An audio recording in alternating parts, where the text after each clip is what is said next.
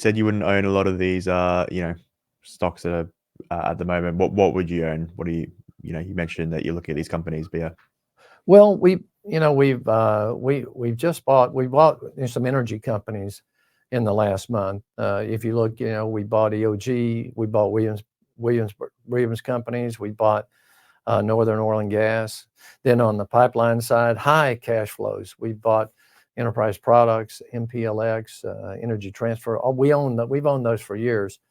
And those will pay you, 8.5% or 9% on a K1. It's better than real estate, in our opinion, right now anyway. And we like real estate, but it's better right now than that. And we bought some defensive stocks in the fourth quarter: McDonald's, Coca-Cola, Unilever, some companies like that. But we still have 50% in the 3-month Treasury.